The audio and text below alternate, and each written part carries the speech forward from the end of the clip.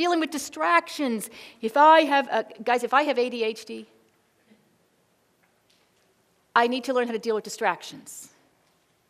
I don't need to learn how to focus. I know how to focus. Kids with ADHD can focus all day long on something they love, right? It's when distractions come into play that they have a hard time. And so we do something called accommodating by preferential seating. Let's make sure that the child sits at the front of the room, away from the windows, and the third desk to the right, and that's where their accommodation comes in. It's not teaching them how to deal with distractions. That's where they need their direct instruction.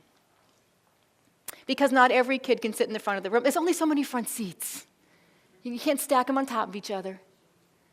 You can't always take, and the other thing, work with little kids. If you have young kids and out the window right now there's a bulldozer, don't pull the shades and say to a bunch of young kids, pay attention. All right? Take them over there, open up the shades, tell them you got 3 minutes to watch the bulldozer. Then have them come back, talk about the bulldozer, and now we can get some work done. Be realistic. Thanks for watching, and I hope you found this video helpful.